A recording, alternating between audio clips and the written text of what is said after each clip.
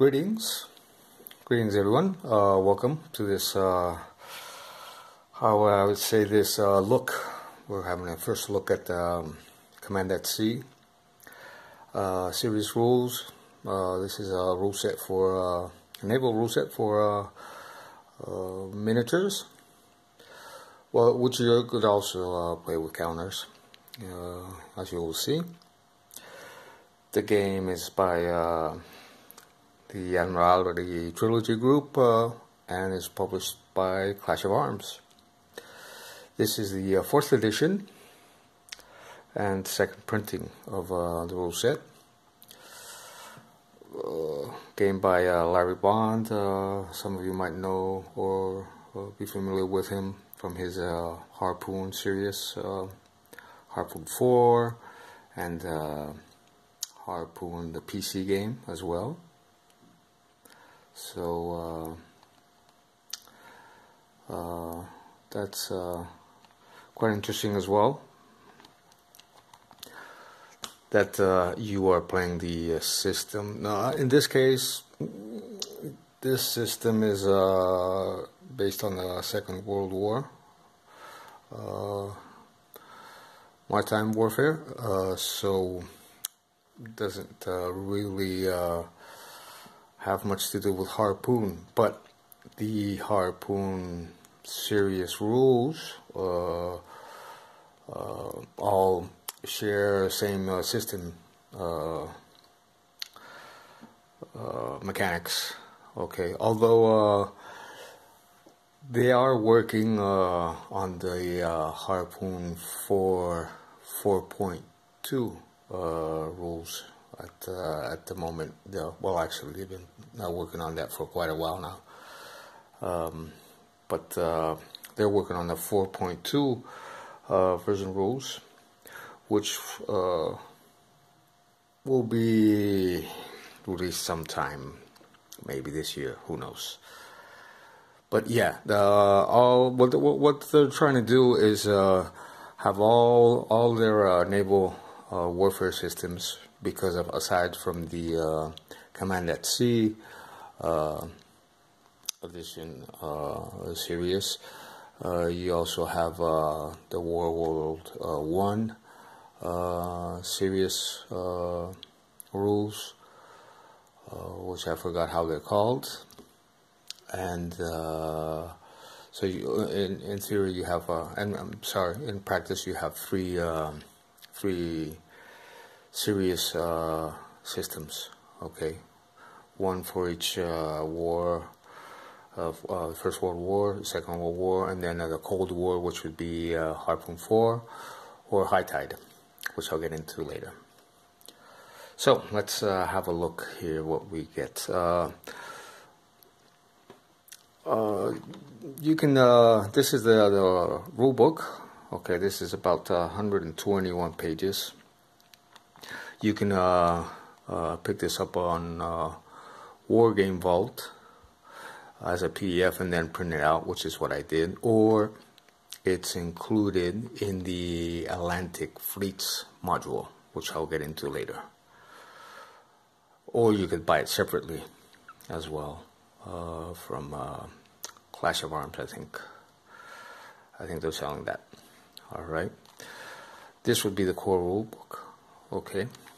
Then we have the Jumpstart rules here. Hold on, let me raise the camera here a bit, because I think I'm gonna need some more space to fill in here. Okay, this is the Jumpstart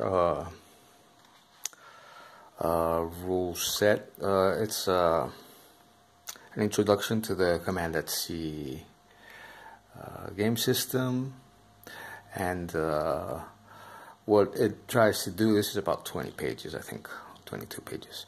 What it tries to do is get you started as fast as the developers think you should start into the core system. All right, but in order to play this Jumpstart, because it does have a scenario, which we'll have a look at the end of the book. You do need the core rule systems. Okay, so this is the Command.C Jumpstart, and then we have the Command.C Player's Handbook, also the 4th edition and 2nd printing. By the way, this is all up to date with this system, with the Command.C system. Okay, this is all pretty much up to date. Harpoon 4 and High Tide, well, they're like I said, they're working on the new rule set, so things don't match as well as the Command.C series. All right. Although there are things here on the Command.C series modules that they're still wanting to update. Although you could play with those modules, they're not to the same update standards as the rest. For example, Rising Sun, I think it's called, which is the first part of the Pacific Sea module, is not. It's in the 3rd edition. Okay, so it's not up to the 4th edition. But then it's just a matter of adapting things, I guess. So what we have here on that Command.C Player's Handbook is basically all the charts. Okay, you have all the charts that you would find in the Core Rulebook in one place, so you don't have to be skimping through the Core Rulebook. You'll have everything in one place. Alright, so we're not gonna really look much at this, but this is what this is all about. You could also buy this at Working Vault, which is where I picked it up, PDF, and then you know, take it to your local print shop and have it binded, spiral binded, or whatever. Okay, or you can keep it in its PDF form and consult it via your laptop or your tablet or whatever medium that's more comfortable for you. So yeah, this is the handbook, which we'll set aside. The Jumpstart, basically it's a run through of the basic rules. Okay, doesn't get it's a rule summary as it says here, but yeah, you do need the core rules, which you like I said, you can find it in a Working Vault, and you can get this Jumpstart at the Admiralty Trilogy Group website. Okay, if you look under support, I think it is, you'll find files there where you can download this for free. Okay, just in case you want to skim through this booklet and see what this is all about. All right. Okay, for example, you got here weapons data line examples. It tells you what all this means. We'll get into this later, because how this system works is you have your core rules, which we already talked about. Then you have data annex book, okay, which has, depending on what module you're playing, which will have all the data annex of all the equipment that's being used in that module, or Army, okay, Navy, fleet, sorry. All right, so that's the way that works. So you have an idea. You have your core rulebook. Okay. You have, I wanted to show this at the end, but you have your scenario book here. Okay. In this case, we have the Steel Typhoon. This is the second part of the Pacific War. And what you have here is all your scenarios, as you'll see in a moment. There's about 33 scenarios here. It gives you all the information of some historical information. Let's see if I can find one here, a quick one. Okay, for example, you got the map here of this one. Okay, that's your setup.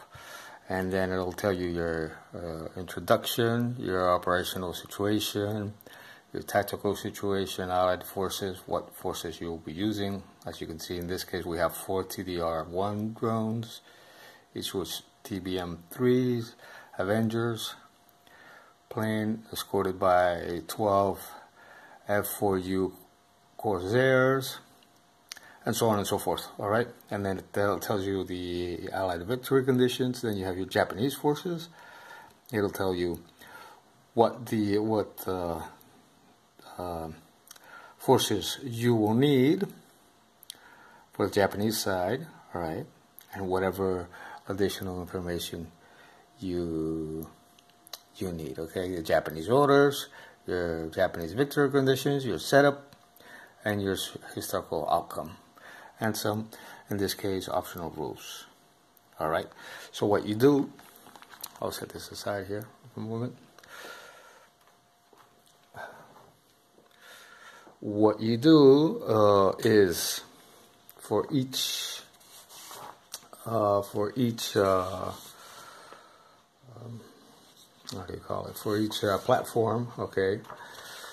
Let me see if I can find it here. For each platform, you fill out a reference sheet. How do you fill out this reference sheet? Well, we have an example here of what the data would be. If I can find one here, there you go. This is from the Jumpstart booklet. Okay. See, my camera wants to focus. Okay. This would be, for example, for this Aoba. Okay. Class ship. Tells you the class, displacement size. In this case, it's B medium size, the propulsion, the signature, when it came in service, crew, armor rating, okay, and then the weapons. And as you can see here, it says 2F, which is 2 forward, an A, then 2 aft, okay. The type of weapon that is. So all of this is explained in the in this Jump Start booklet, as well as the Core Rules booklet. Okay, your area A, your light A, your sensors, your remarks, and your damage. All right, and what you do is you write all of this down into one of these ship reference sheets, okay, for each platform you're playing. So let's say you have 6 destroyers, you will have 6 sheets, unless the destroyers are all from the same class. All right, this is your reference sheet. Okay, what happens? Well, in the earlier case where I showed Steel Typhoon. All right. I know I'm jumping in from one place to another, but I'm trying to explain this as easy as I can, so you get an idea of how this works without, talking about one subject first and then going on to the other. All right. How this works is, okay, you have your scenario book, and well, it's the Pacific War, so we need the data annexes of your American naval forces and your Japanese naval forces and whatever other forces are involved in these scenarios here. All right. So although we have the scenario book, we would be missing the Emperor Fleet book, which has all the data annexes for the Japanese fleet and the American fleets, which has all the American fleet's annex data annex info. All right, I have both of these. Also bought via War Game Vault in PDF. Okay, but you can buy it as well separately in a book format. I thought it would be more convenient to buy it in PDF because the only thing you're going to use it for is to fill out these sheets. So it's not something you'll be consulting very often. You'll look up, as we saw before, you look up your scenario, okay, and you look up for what the scenario is asking for you as your forces, all right, okay, and then you just fill the reference sheets. So that's the way that works, all right. So bear that in mind, that although you do have the scenario book, you need the data annexes book. Clash of Arms has a module called the Atlantic Navies. With that, you get, let's see if I can find it here. I think there it goes. Okay, the Atlantic Navies. With this volume, or module, however you want to call it, you get the Core Rulebook. Okay, you can see here. Let's see if I can focus this. You get the Core Rulebook, which I just showed you in a book format. You get Naval, French Navy scenarios. All right. You get Group North, Kriegsmarine in World War II, which is the German naval fleet and scenarios. And you get the Home Fleet, British and Commonwealth navies in World War II. All right, you get these 3 books. You get, as you can see here, also includes the new 4th edition Command at Sea rules. Okay, and yeah, that's in theory you would have everything you need right there to play them out. All right. So it would be something like this. You get this book here, like a Naval and the Home Fleet. Okay. And that's the way the system works. Alrighty. So we have our reference sheet. Then we have a plotting board. All these sheets you can download from. They come in the Core Rulebook, but you can download them separately from the Admiralty Trilogy Group page in the support section, as I stated before. You have your formation plotting board, all right, and you fill this out. Each player fills this out. This is the first thing you do in each sequence of play. I'll get into that a little bit later on. How this works, well, you've probably seen the movie The Hunt for the Red October, which is one of my favorite movies. All right, and they have a plotting table, and what they do is they draw a line. You would draw a line on your starting point. You draw a line which is going towards your bearing. All right, you'll be drawing a line that goes to your bearing. Let's say you're going bearing 20 or bearing 30. Okay, you draw a line, and then at the end of that line, you will draw your time. All right, and we'll get into that because this game works with 3 different time scales. You have your intermediate scale, which is, I think, is 30 minutes. You have your tactical scale, which is 3 minutes, and then you have your combat scale, which are 30 seconds. I think it is I think it works like that, if I remember correctly.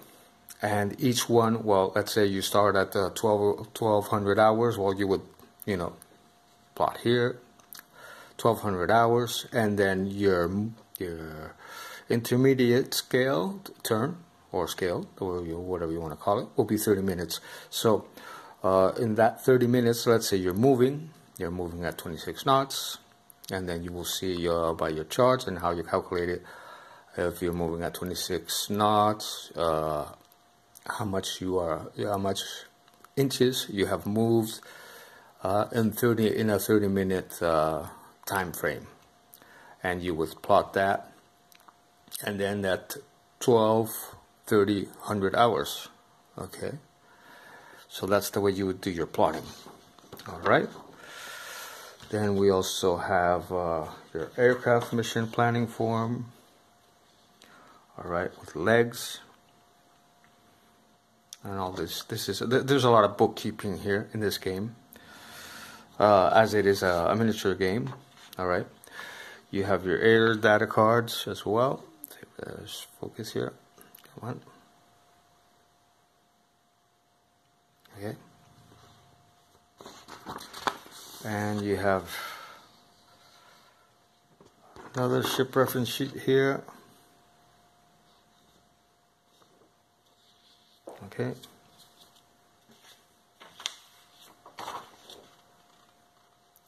I think this is your merchant. I'm not sure. I'm still going through the rules. All right. I'm just having a first look here, so you have an idea of what this is all about. Alrighty. And then you have your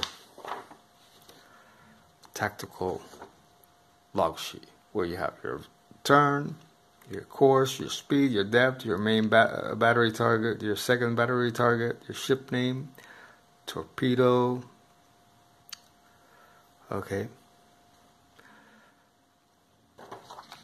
So that's that.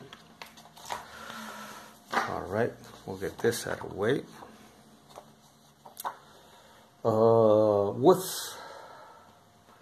With the Steel Typhoon module, which is this one here. Alright. By the way, if you buy this at the Wargame Vault, you will not get the counter sheets. Alright. Because the version they have it on Wargame Vault is PDF. So all you get is this book in a PDF format. Alright. So in order to get the counters, well, you have to buy the physical version like I did. Alright. And these would be the counters. We'll go through this. You can see here, small counters. Alright. Okay. Have a look here at some of the counters. And basically what it is their class, the ship class. Alright, that's where you have a Butler 3, Butler 4, Butler 2, because you'll probably have more than one. Okay. You have some sub chasers, some tugboats. Alright.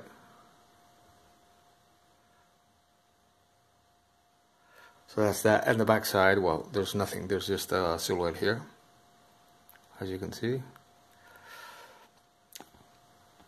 So this is one counter sheet here.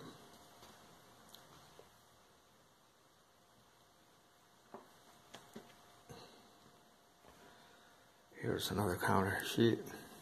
If I put it right, there you go. Okay.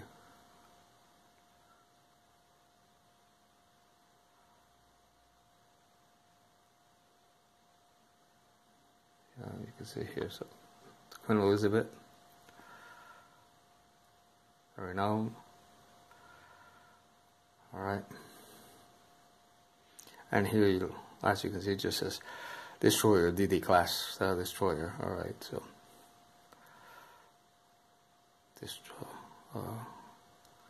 and then you have the same for the Japanese. All right. I can't say I'm very well educated in naval warfare. So, excuse me if I mess things up here. I am learning. Alright. I really like it. Because you have your Fletcher class here.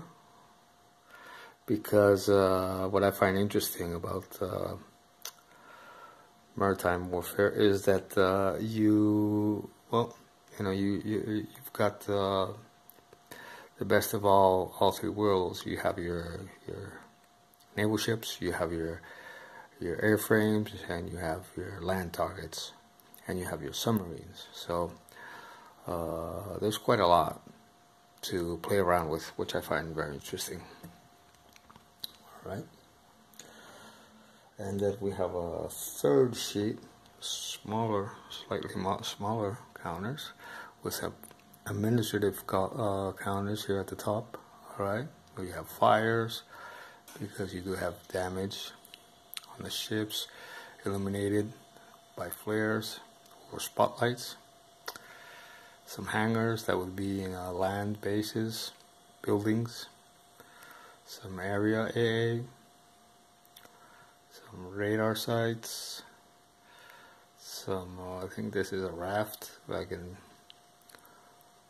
barrages, some rafts. Then these would be group, air wings groups, I think. Your individual air models here.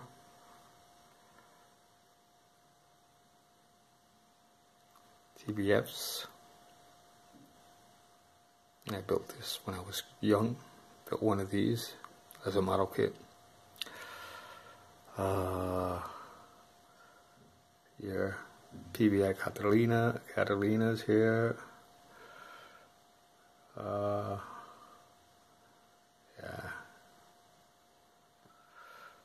Your F6. What are the Hellcats? I think it was. Your P-51. I'm better educated in airframes, to be honest. Your P-47s. Alright.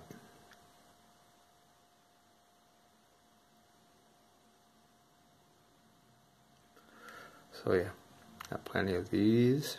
Your Corsairs, with your Baba Black Sheep.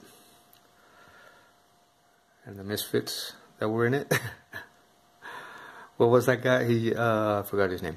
He used to do Wild Wild West as well. The original. Okay, the original. I forgot his name. But he was the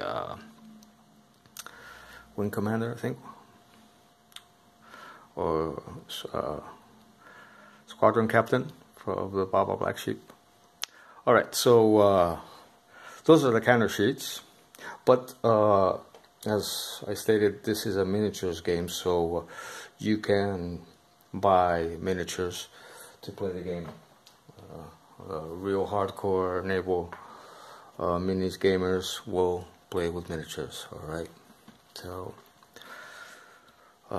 that's up to you. Okay, so we have that. And now we'll have a look at the Core Rulebooks. The Core Rulebook, alright. And this would be, for example, in your Jumpstart, again, booklet here, this would be your scenario, your first scenario. Okay, you'll be playing this. The scale, this is why I got into this this system, because there's quite a lot of systems out there. But the scale of the Command @ C series suits my needs because you don't need a lot of space. I think the scale goes something like 2 inches is 1 nautical mile, although you can play 1 inch 1 nautical mile. Alright, there's nothing really set there compared to other naval rules that the scale is a lot bigger, and you need you need your living room floor to play. Alright, this is not the case, at least in most scenarios. Alrighty. So now we'll have a look at the Core Rulebook. So you get an idea here. All right. You see here, this was published in 2006. If my camera decides to get its act together here, there you go, 2006, which is the 4th edition. Okay. And this is a game by Larry Bond, Chris Carlson, and Ed Kettler, published by the Admiralty Trilogy Group. Who are these guys? Well, let's get into this here. Co-designer Larry Bond is a writer and game designer. He designed the turn sequence and basic game system, the air movement and combat rules, and collected the information for the data annexes. He now edits and coordinates the trilogy design team. Chris Carlson is a retired Navy captain and an accomplished naval analyst, engineer, and writer. He has been the driving force behind the harmonization process, and as such has focused on many of the modeling and rules changes contained in this edition. Ed Kettler has been involved in wargaming since the age of 12, and his first design effort was the award-winning South Atlantic War for Harpoon. Ed led the drafting effort for CAS, which is Command at Sea, including the initial gun and armor models, and was the lead designer for Rising Sun. Ed was the lead designer for the scenarios for... Okay.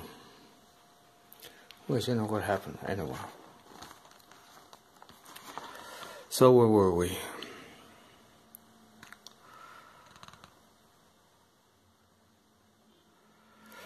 Prevent for play. After choosing a scenario, the players need one completed ship reference sheet for each ship and one completed air data card for each aircraft or group of aircraft. Permission is granted to photocopy the master ship reference sheets and air data cards to use playing CAS. Weapons. Each weapon line in Annex A shows the weapon's firing arc, number of barrels, rails, tubes per mount, the number of mounts on the ship, the weapon name, the ammunition available per mount, and any weapon director present. The weapons on the data line examples show this format and helps decipher this information. Alright. Turn sequence. I'm just jumping in here so you get a fast overview. Okay. Turn sequence. In a fast-moving naval battle, many decisions have to be made quickly. If a commander lets the situation flow by, even for a few moments, he can get behind the power curve and never catch up. But the events that create the battle require few decisions and are stressed out over a long time. A typical naval engagement might consist of a naval force approaching a hostile shore. The commander defending the shore does not know the precise location of the force or their directions of approach. He sets up a plan using surface patrol, submarines, and patrol aircraft to search for the enemy ships. He assigns sectors for each unit to watch. Then he waits. Okay, yeah.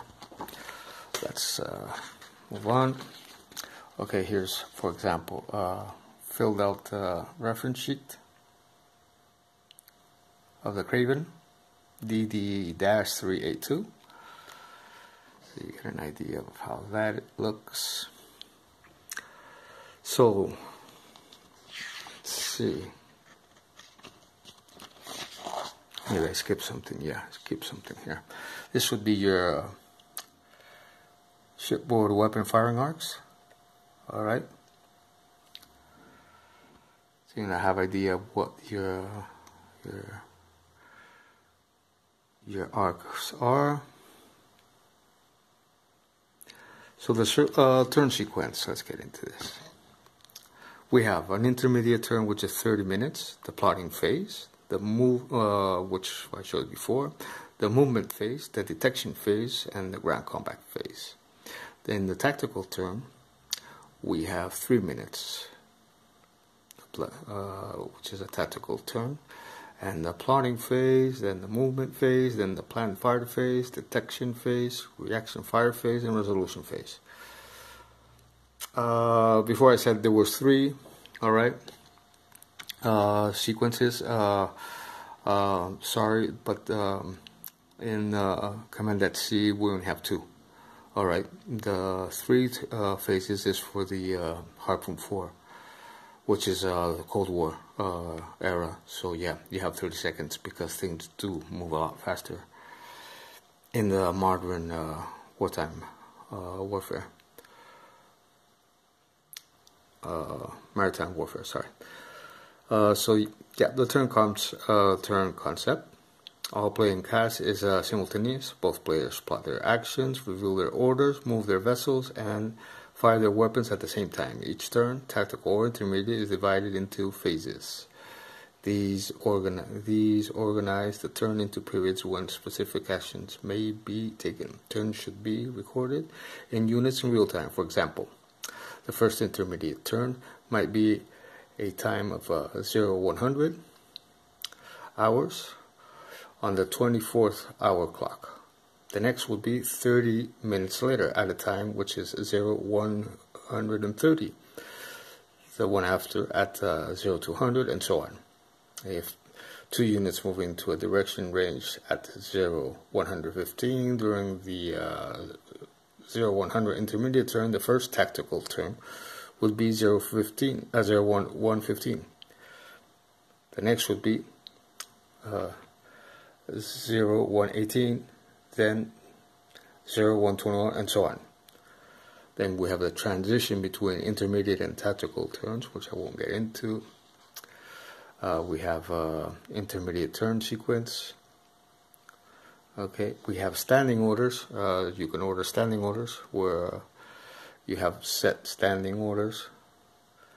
Okay, which your battle groups need to follow. We have ship classes here.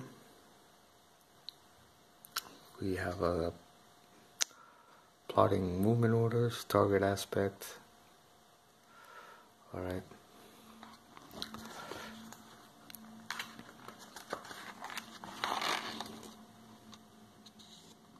We have experience level. We have torpedo man movement, which is real neat the way they do that. Operational situation, tactical situation, environment, Japanese forces, for example, your ship sizes, class comparison, so you could have an idea of the ship sizes. Okay, this would be your sort of like how a mission would start. Okay, you have a setup here. So this would be like an example of play. Okay, so you have an idea how gameplay works. This would be your scenario. And what you do is you have your playing table, for example, and well, you can cut out some cardboard so it represents land mass. All right, and that's about it. I mean, you don't need to buy maps. You could imagine your own. Okay, this would be like the plotting, okay, that I spoke about. So T13 at 9 knots, and this is where we get into ship and sub movement.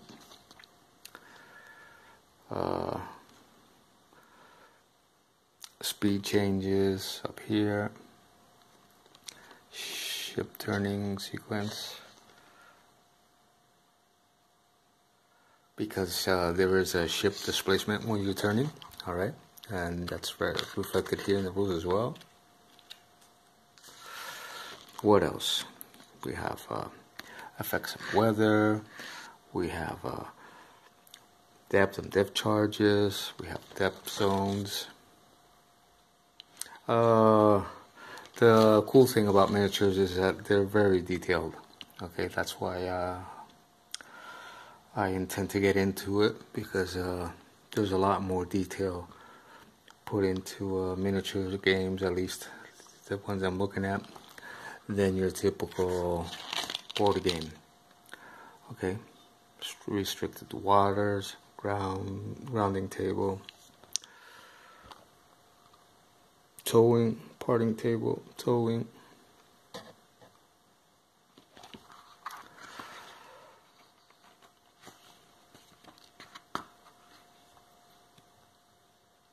Aircraft mission profile, altitude bands. Okay, takeoff and landings. I mean, yeah, you get a bunch of stuff here. So basically, this is a real quick look at the radar line of sight. A real quick look at how this system works and what you can expect from the system. All right. So yeah, this would be, in this case, the command at sea.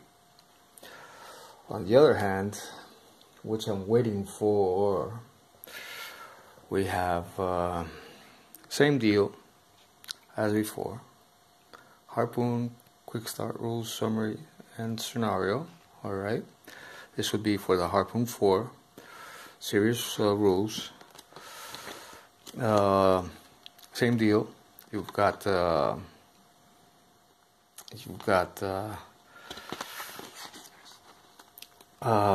summary of what the Harpoon 4 rules are. And this would be a jump start, a scenario, okay.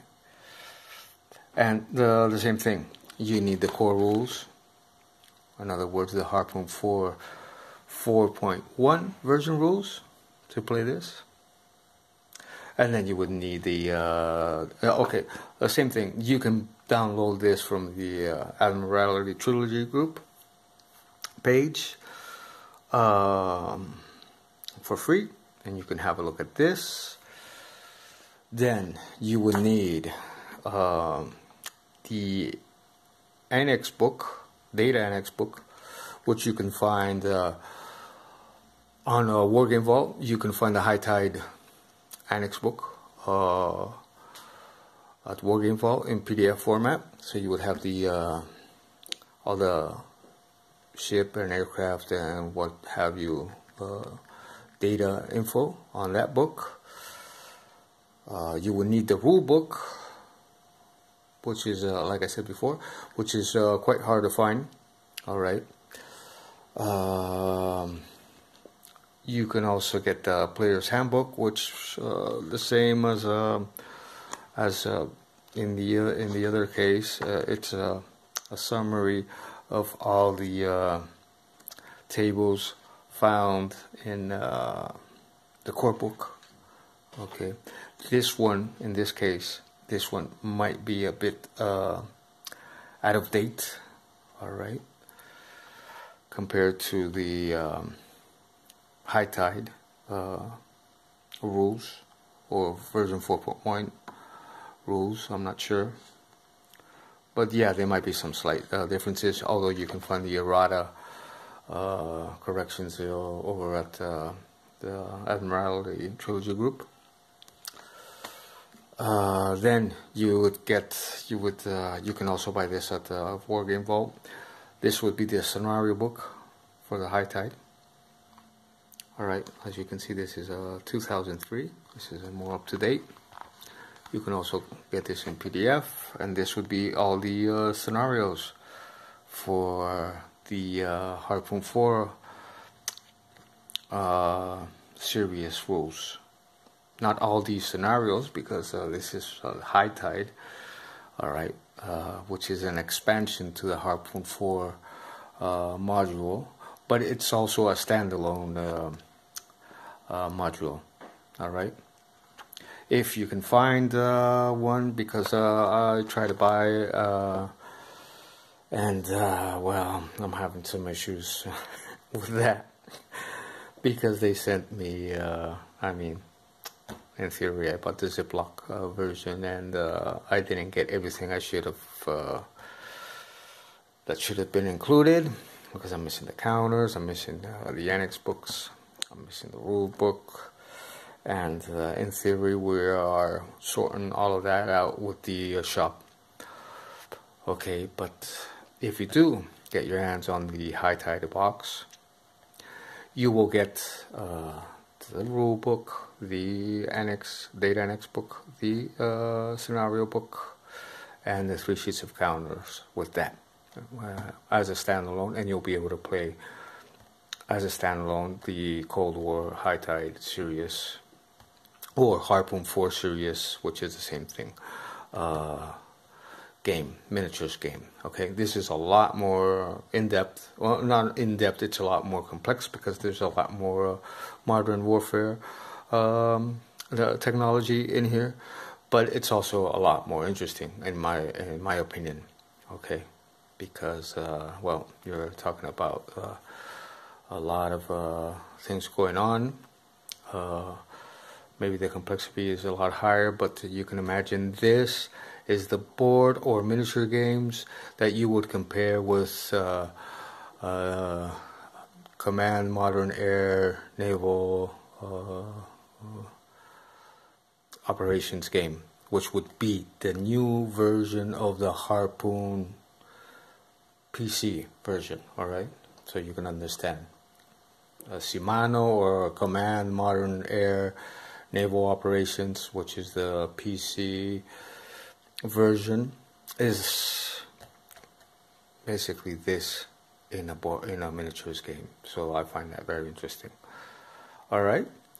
So anyhow, I hope this has been of help for those of you who might have some interest in these naval miniatures game, or in particular in the Command at Sea series rule set, or in this case the Harpoon 4 rule set. Alright, so I hope that kind of cleared up things. I know it's a bit confusing. Alright, was confusing for me at first, because since they are working on the 4.2 series rules for the Harpoon, then I couldn't quite grasp what that was all about. And considering that this has been out of the Harpoon series, was a game design workshop. It first came out in game design workshop, and that dates back to quite some years now. Alright, I think sometime in 1986 or 1987, I think. Not too sure. And what they've been doing is just updating the rules up till now. Alright, and well, we're all waiting for the 4.2 rule set for the Harpoon series. But the Command at Sea series is fully up to date in the sense that the rule book is updated, and some of the modules are all updated, which in this case would be Steel Typhoon and all the fleet module books that we had a look at before.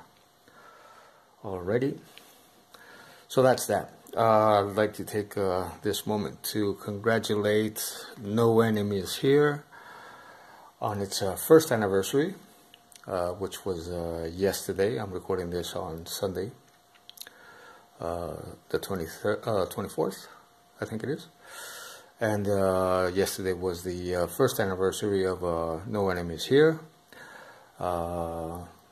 52 episodes of Dan's show here on our YouTube, giving us all the information with regards to wargaming, with previews or unboxings and pre-releases, and his cool way of presenting the show, which I really enjoy watching every Saturday morning while I have my coffee. Big thumbs up to you, Dan. Thank you for including me in your show as well, and I hope you keep up 1 year or many years to come, as long as you are willing to do so. Very grateful for all the effort you put into your show, and again, congrats to you. To the rest, thank you for joining me, and I hope this has been of help. Till the next one, keep on wargaming.